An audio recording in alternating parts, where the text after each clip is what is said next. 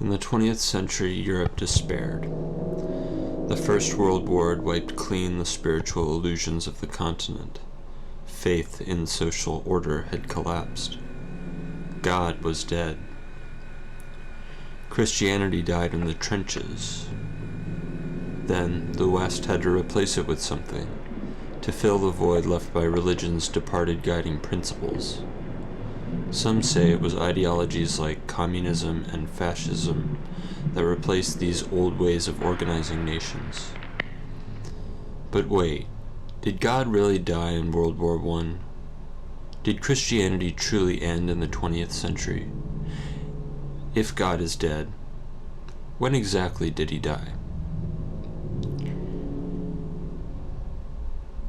Perhaps it is more descriptive to look at the whole span of time prior to the 20th century, when hoping to discover the true death of Christianity and also the root of ideology in Europe.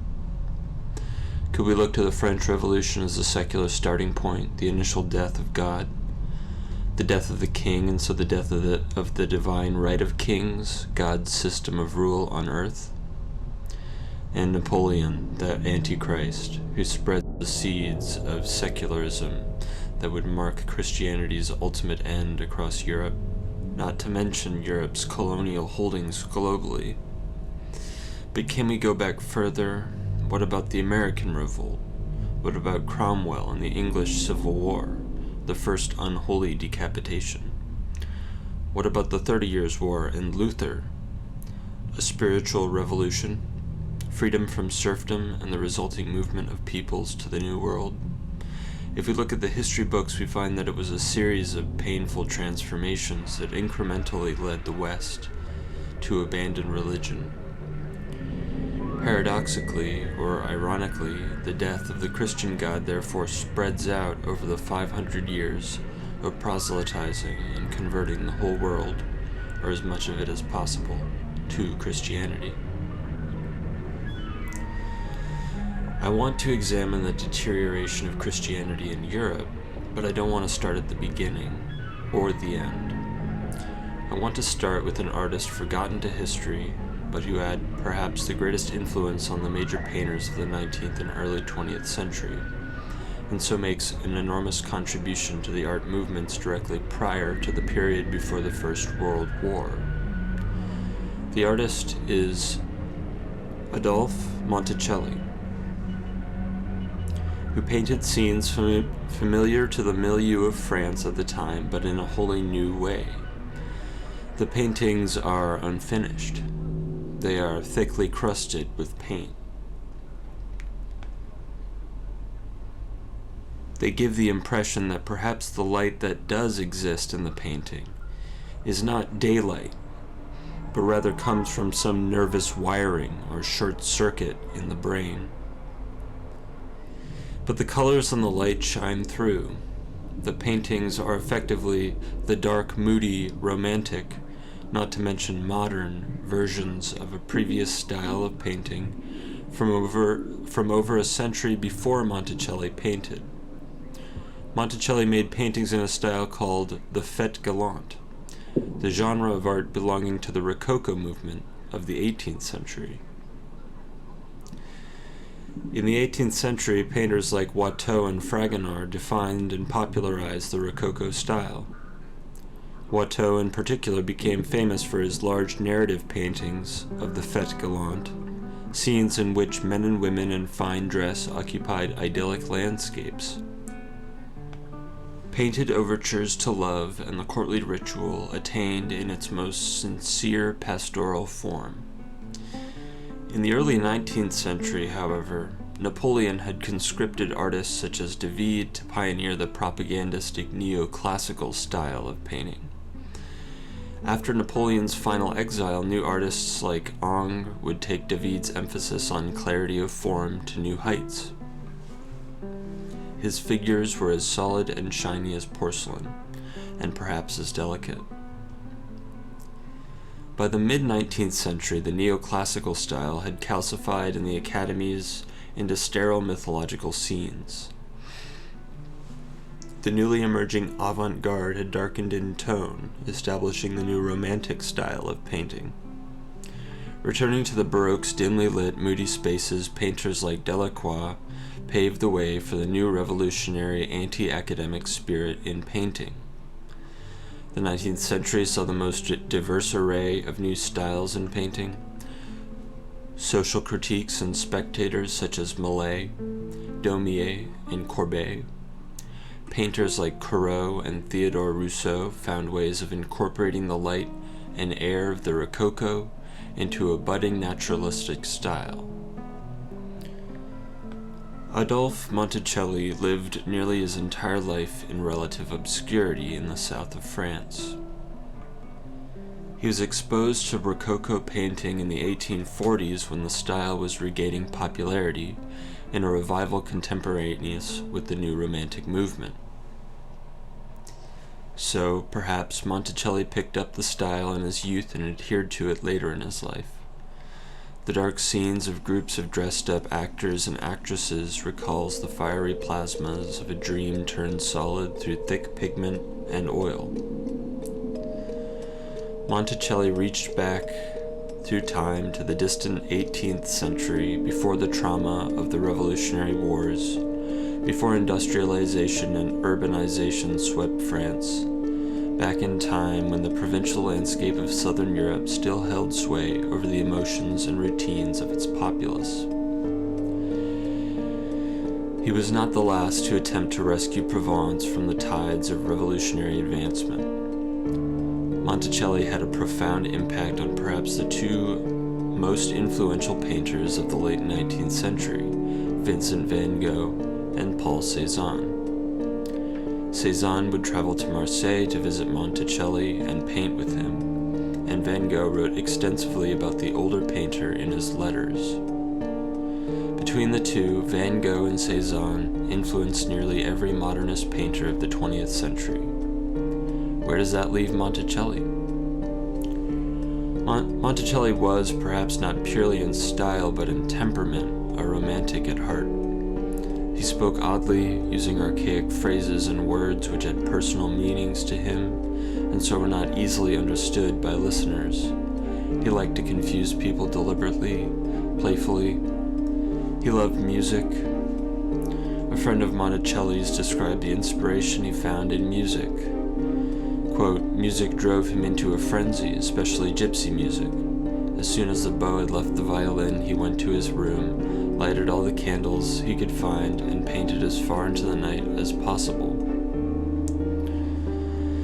Monticelli's thickly painted fête recall the old ways of constructing a narrative space in a painting, the history paintings of the past, but they are painted with a thoroughly modern hand, one that has witnessed the fallout of one European revolution, and so must grapple with the ideas that threaten to topple social order. Monticelli is asking us, is history a progression? What old ideas from history can we keep around, and what must we let go of? Why did Monticelli paint the fête galante scenes of Watteau over a century after the older artist's death? In order to answer these questions and understand Monticelli's fascination with the fête galante of Watteau, let's begin with the artistic and philosophical movements of Watteau's time, the Enlightenment.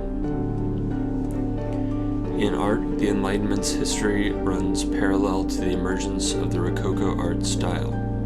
The paintings of the 18th century Rococo style that I remember best are the fête galante scenes painted by Antoine-Jean Watteau. The fête galante was not only a decorative theme in many paintings of the time of Watteau, but a real activity of which the aristocratic class of France took part.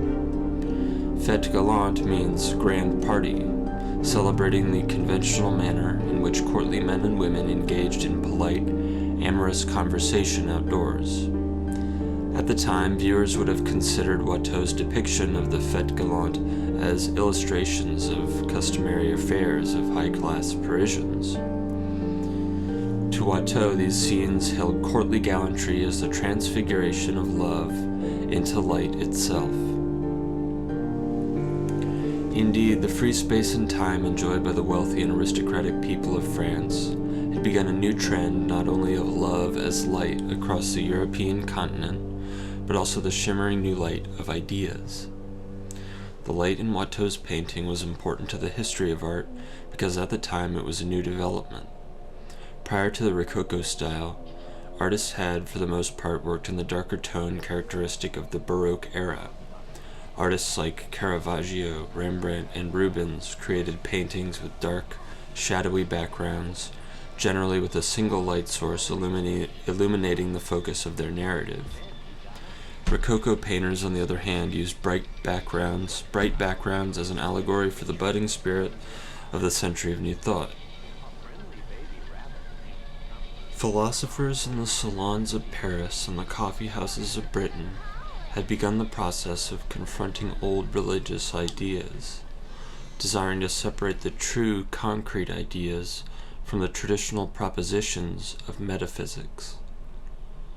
Wisdom that Europeans thought to be true since the Middle Ages in the time of Watteau began showing cracks that would eventually lead to a total collapse of the previous systems of thought.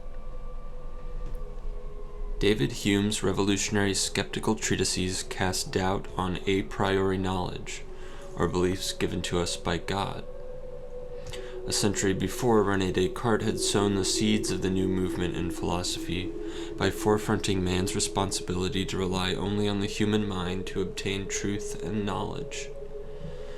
Among Europe's elite, secularism had taken root. But how long would it take before the working classes that could not afford the luxury of the salon, coffee houses, or fête galante heard the news? How long before these ideas would change the world? Watteau died in 1721, at the early age of 36 or 37. We don't know the specific date, as historical records on the notoriously elusive painter are scarce.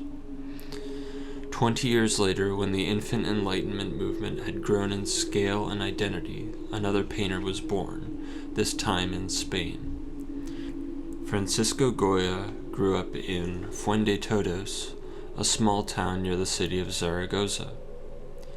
The windswept desert mountains around the city would make their way later into the dreamlike barren hills of the backdrops to many of his paintings.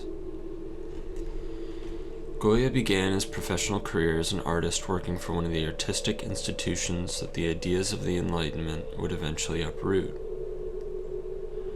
The Spanish artist worked for the traditional craft founded in the Middle Ages of creating tapestry wall hangings displayed in Spain's royal estates and manors. The paintings that he created as templates for the royal tapestry industry to weave are great masterpieces. The tapestries themselves are not. Goya could perhaps foresee that the manufacture of tapestries as fine artistic decoration, among other archaic practices, was going out of style among the elite of Spain. To go further, one may say that Goya was an artist prescient in his approach to making art in a world that no longer valued religious scenes or aristocratic customs. Some of the most well-known works by Goya today were not appreciated in their time, such as his series of prints, The Caprichos, or his masterpiece, The 3rd of May. His work anticipated a time when art would be judged by broad populations, rather than a small group of wealthy elite with aristocratic tastes. The tapestry paintings have an air of darkness, a nightmarish quality. Although they were painted depicting lower-class Spanish citizens to amuse their wealthy patrons, there is something disturbing that makes its way into the painting. Perhaps, in a way, Goya could not help but mock the aristocracy. He had always felt himself an outsider in the world of the wealthy and elite. But Goya did not refrain from casting a critical eye over the peasant folk of Spain. In the Caprichos, he calls attention to the follies or caprices of the people of his home country, and showed that in the midst of the Great Enlightenment, Spain at its core still held a strong belief in the darkly supernatural. The fathers of Romanticism were the artists of the 1780s and 90s. In their time, the bright optimism of the early Enlightenment had been crushed by disasters. The Revolution in America, crippling debt in France, the repressive forces of feudalism which undergirded every system of governance across the continent, and perhaps most importantly, the indiscriminate violence and destructive power of nature. In 1755, the catastrophic Lisboa earthquake in Portugal shattered the utopian visions of the Enlightenment thinkers. To the first artists of the Romantic movement, the Enlightenment's emphasis on reason was an inadequate response to the indifference of the natural world. But a world without reason was a dangerous place. Francisco Goya had observed that the people of Spain still had a lingering belief in the darkly supernatural. Other artists like Henry Fuseli sparked a profound fascination with dreams and their representation. Fuseli's fellow Londoner, William Blake, claimed to have had visions of heaven and of hell. The earliest influences on Romanticism, Goya, Blake, and Fuseli, concern themselves with the prophetic vision of the future. All three watched from their own countries as the events of the French Revolution would explode into visionary proportion.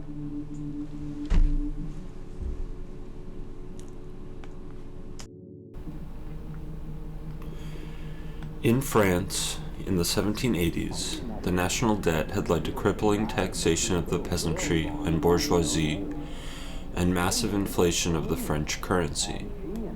People everywhere were starving, and soon the pressure reached its climax. With the coming of the French Revolution in 1789, the political and cultural landscape of Europe changed dramatically. The new tenets of reason were synonymous with the shift to a democratic view of human agency. The rules that were to govern society, once the kings and dictators of old were eventually deposed, found their origin in human will, observation, and accord, rather than in the holy books and tablets of an almighty and unseen God.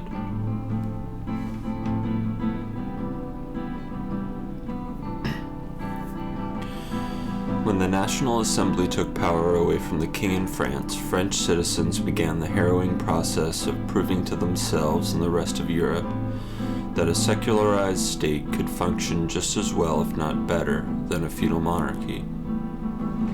Later, when revolutionary France began winning military victories against coalition upon coalition of the entirety of Europe at once, it was clear that the new revolutionary spirit had not only proven itself on the world stage, but shown that the new enlightened ideals of reason were a model that the rest of the world must heed, or else submit to French overlordship.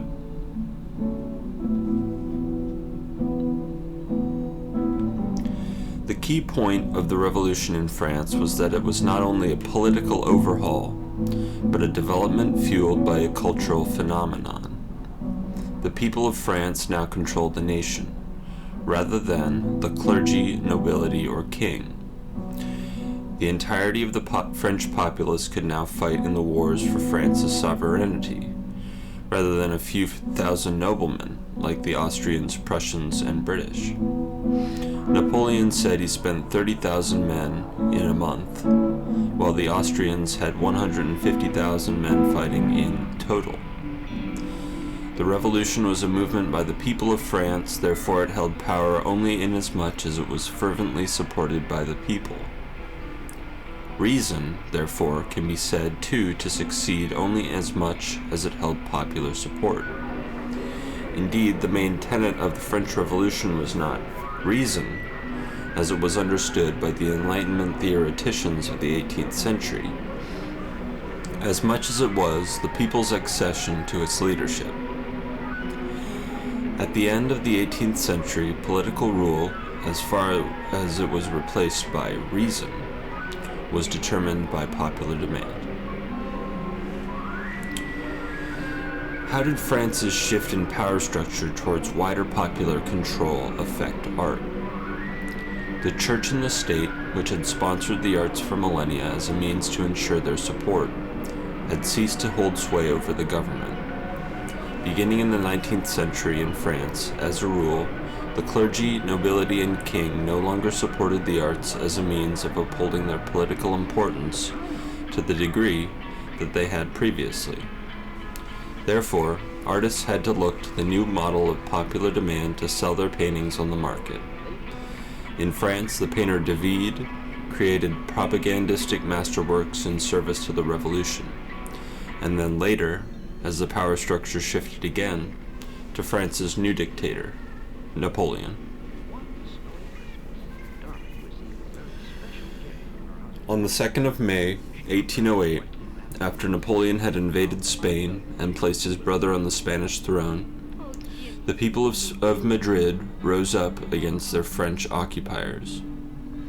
On the following day, French forces rounded up as many of the rebels as they could find and executed them by firing squad.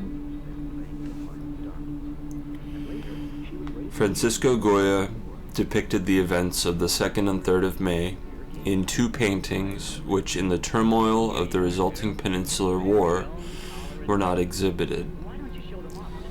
The 3rd of May shows the French soldiers who have transformed from human beings into rational machines, administering death to the all-too-human Spanish rebels. A lamp carrying the symbol of the Enlightenment's radiance shines on the terrified group of victims. The unstoppable momentum of the revolution had transformed reason from a rallying cry to fight tyranny to a mechanized instrument of woe. In his Disasters of War series of prints, Goya shows a clash between French soldiers and Spanish patriots. The title reads, "With or Without Reason." With or without reason, the result is the same: violence, death, destruction. Although Napoleon would eventually be forced to exit Spain, leaving the native guerrillas victorious, Goya would find little comfort in his later years. He felt the rational glow of the Enlightenment recede, and the dark heart of Spain's superstitious folklore crowd in on him.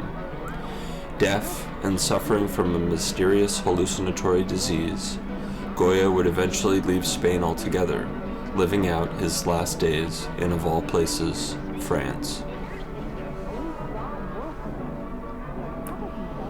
Henry Fuseli was a Swiss national, but he stayed most of his life in England. There he met Sir Joshua Reynolds, the first head of the Royal Academy of Arts in London. Reynolds encouraged Fuseli, then in his late 20s, to pursue painting, and in 1770 he went to Rome.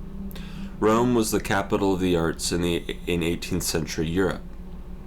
Goya, too, had made a pilgrimage to Rome in his youth. Goya's Hannibal viewing Italy from the Alps makes a fine premonition of Napoleon, and fits right in with the black backgrounds of Fuseli, too. In 1778, Fuseli returned to England, where in 1781 his painting Nightmare won him widespread attention by the viewing public. Fuseli was perhaps one of the first artists who captured the public's imagination. The arrangement of dreamlike elements in an almost neoclassical style, night terrors thick with irony and eroticism, Fuseli had evidently caught on to some unconscious fascination in the popular mind, a darker sexual element that would haunt the spirit of the age until Freud. Some of his works were more explicit than others, and after his death, his wife would burn many of his drawings. Love, both spiritual and physical, also prefigured the work of William Blake, as it would for later romantics. Profoundly religious, Blake reveled in contradiction, and through his imaginative works mapped a mythopoetic narrative which characterized elements of the body as they related to notions of Dante and Milton's hell, as well as to popular contemporary interpretations of the Holy Trinity. Blake believed that spirituality was fourfold, and that these divisions, or zoas, were represented in the body of man. The first zoa was tharmas, which represented the overall sensation of the body. Next was luva, who represented the sensation of the heart. Then urthona, the loins, and finally urizen, the deity of the head, the brain. Together, the four zoas made up the united spirit of the people that Blake knew in England. Indeed, he believed together they formed another mythological character, Albion, who was the symbol of England as a nation. This raising up of his own country and people was the prototype of Romanticism's inclination towards nationalism. One of Blake's most famous poems, Jerusalem, is considered by many to be an unofficial national anthem of England. And did those feet in ancient time walk upon England's mountain green? And was the holy Lamb of God on England's pleasant pastures seen? The revolution would introduce the power of large groups of people connected in spirit. The Romantics of the 19th century would develop the notions of connectedness between people who shared the same geography and way of life, but would also deepen and define the boundaries that separated the lands they occupied into nations.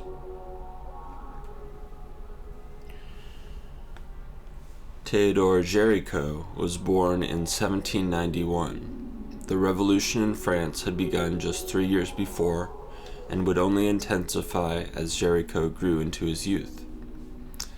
Géricault's fascination with neoclassicism would throughout his life clash sharply with the clear romantic spirit that compelled his paintings. He was the artist who defined the French romantic genre before Delacroix and managed to capture in oil paint the images of fear, death, and war that had terrorized the French public for nearly 30 years. These are the history paintings that define the time period of the French Revolution and Napoleonic Wars.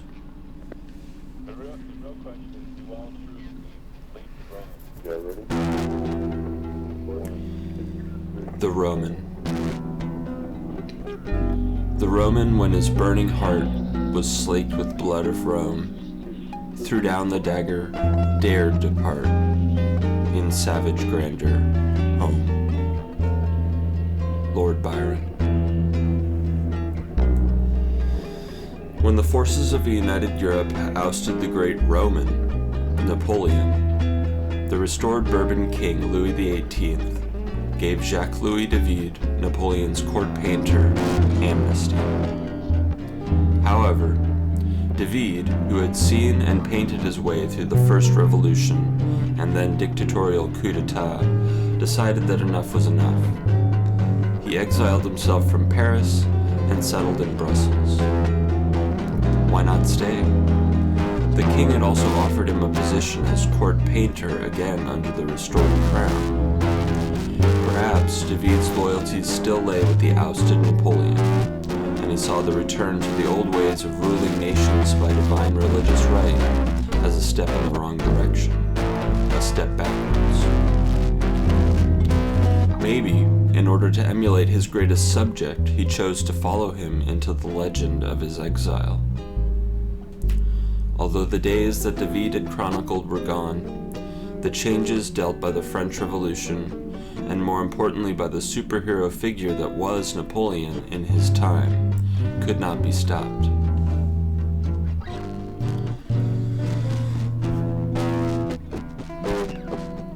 The main tenets of the revolution were developed initially as reason, or the rational power of the human mind. However, as the revolution progressed, reason took on a more collective meaning. It was the spirit of revolution that dominated France, and it would be the imaginative reality of Napoleon's story that transformed the spirit of revolution into the spirit of Romanticism. The the spirit of revolution implied a distinct advancement or a reaction to the notions developed by René Descartes. Spirit implied not only a mind that worked to create distinctions within the observed world, but a personal and unique body whose passions not only drove the artist but connected him with other kindred souls. The body was not separate from the mind, like the philosopher Descartes wrote, but rather made up one single entity which constituted man's individual spirit. After Napoleon, artists would begin painting for a new popular conception of viewership, one that would reflect the desires and dreams of the people themselves.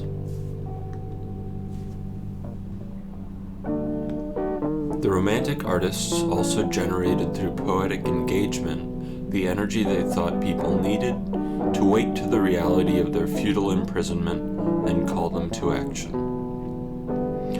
Romanticism developed alongside the widespread popularization of liberalism. As the century progressed, revolutionaries across Europe would demand liberal constitutions dedicated to the rights of man. However, the zeitgeist of the new movement demanded not only political passion and creative zeal, but also greatness from its individuals. It demanded new Napoleons who would transform the landscape of art, science, politics, and religion into the vision of Arcadia that had gripped the Enlightenment theoreticians. In particular, the 19th century exploded with great artists, each inspired to tread new ground and develop a grand style or purpose for their paintings. The Romantics up until this point depicted the violence of the collision between reason and its opposite, the irrational elements of life, desire, faith, love, sin, that make up human nature. Nature was not, for the Romantics, only an appreciation for the world outside, but also an acknowledgement that the wildness and unpredictability of Mother Earth existed inside the human being as well. Reason and human nature now had to, if not reconcile, at least share the same space and live in peace for the time being. War and revolution had raged for nearly 30 years.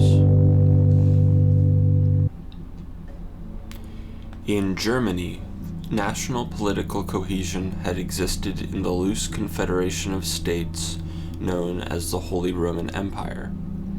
During the war, Napoleon had occupied and controlled nearly all of Germany, and after defeating his two main rivals, Prussia and Austria, dismantled the government of the Holy Roman Empire and imposed a new state called the Confederation of the Rhine. The decisiveness with which Napoleon had defeated the German states inspired outrage in its people and created a newfound sense of unity that would eventually contribute to the establishment of the political body of Germany that we know today. The 18th century saw many great German writers, poets, philosophers, and painters. Perhaps the greatest figure of German Romanticism was Johann Wolfgang von Goethe, whose magnum opus was the play Faust. The story comes from a popular German folktale that has been interpreted in the past by Christopher Marlowe in England. In the original story, a scholar makes a deal with one of the devil's henchmen, Mephistopheles. For a period of time, Mephistopheles will use his magic to serve Faust, and in exchange, Faust promises the devil his soul. At the end of Marlowe's play, Faust pleads with God to save him and even attempts to repent, but ultimately he must descend to hell. Goethe worked on his version throughout his life, and his final resolution to the narrative, published after his death, paints a more optimistic picture of Faust. In the end, he redeems his soul and is saved. This is the history of the Enlightenment and Romantic movements in art, told through the Fête Galante, through the Neoclassical, and finally in the Romantic history painting of the 18th and 19th centuries. History painting, or large constructed narrative paintings displaying events that had taken place in the real world, was a genre of art that may have begun as early as the Renaissance, but was formulated and popularized from about 1600. After Romanticism, history painting as a genre goes away, or takes on less importance in the public eye. After Romanticism, realism and naturalism took over. The constructed narrative space was rejected by Impressionism, which postulated the importance of the subjective experience of looking. Generally speaking, after 1900, abstraction and the irrationality of movements such as Dada de-emphasized representation altogether and forefronted subjective experience totally. We might feel it difficult to relate to the early proponents of subjectivity, Mondrian or Malevich, as their personal, perhaps private, journeys as artists informs their work. But for the time being, artists of the 1920s and 30s envisioned the fragmentary, elusive, and fundamentally irrational quality of our perception of life. Where does irrationality come from? One could say immediately it comes from God, the celestial world that we cannot grasp with our feeble mirror neurons. Perhaps looking to God as the explanation of irrationality in life may appear antiquated. We might look to nature as a source of will beyond our understanding. But even in nature, some believe that with the right collection of data points, we will map the weather and compute irrationality entirely, eventually. I could, like Freud and the Surrealists, invoke the dark recesses of the unconscious as the wellspring of the unknowable. But the general public's consensus, with scholasticism's rubber stamp, has run Freud out beyond the horizon, out of sight, hopefully out of mind. We can all see plainly now that the ego-id-superego division echoes painfully the Christian conception of the human condition. Freud thought up the id as the devil and the superego as God in order to appeal to a secularized world still hungry for a divine explanation for the social stigma that they still felt. The Surrealists took his ideas and rationally used them in the pursuit of understanding irrationality. Dalí took the baton from his Spanish compatriot Picasso and began showing the world illustrations of a new divinity in subject matter. Surrealism itself emerged at a European crossroad, situated between France's turn from classical reason to a fascination with Freud's unconscious, and Germany's historical inclinations toward those mysteries of the Schwarzwald. The paintings of Max Ernst represents the combinatory cultural and psychic effects of the two major European powers after the First World War, and in the tense moments before the Second. Practitioners of Surrealism used various techniques to access the unconscious, such as recording and documenting their uncensored thoughts, only to observe them later in order to analyze them structurally and to discover the systems at work underneath. Chance encounters with realms outside of thought, the objective world, which Surrealists categorized as the real, became an emblem of the unknowable. The real was constantly at odds with the whim of the internal conscious decision-maker. The realm of clear, rationalistic, individual thought, as we had understood it previously, was now totally inadequate at predicting or describing the world as it was experienced. The goal of surrealism was then to overcome the challenge of the inadequacy of concurrent action in the face of the real, and to emerge in a way of living in conjunction with dreams and other sources outside of the realm of fact, which existed above the real.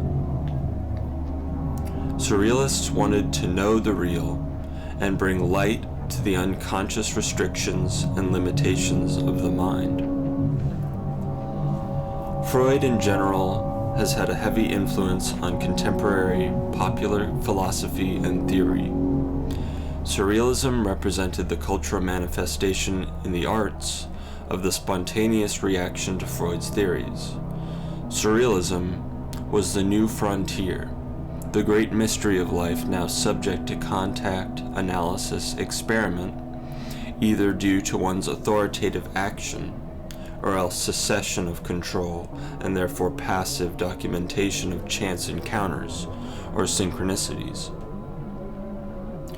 In France, Surrealism had a pope, André Breton, whose mission was the confrontation and obliteration of the regime of the mind, which possessed the popular conscience. Essentially, and above all, that we restore language's effervescence, as we had done with automatic writing in 1650s, and counting blindly from the eventual results. 1926. The realm of facts, as we see it, no ambiguity is possible. All of us seek to shift power from the bands, from the hands of the bourgeoisie to those of the proletariat. Meanwhile, it is nonetheless necessary that the experiments of meaning of life continue. Do so, of course, without external or even Marxist control. Surrealism was turned towards politics and is situated precisely in the summer of 1925. I was with Andre Masson, a few of the friends, where, although we spent most of the day watching insects, our discussions went briskly and dusty until well into the night. No criticism, even though the term is not in our vocabulary, was taken to great lengths in surrealism. The preceding months had been the most electrically charged, as well as the most devoted to frequently contradictory impulses. We had in no way erased from the surrealist blackboard the polemics surrounding Aragon's famous wisecrack about doddering Moscow. I admit it looked very much like a mass conversion. This religion, fervor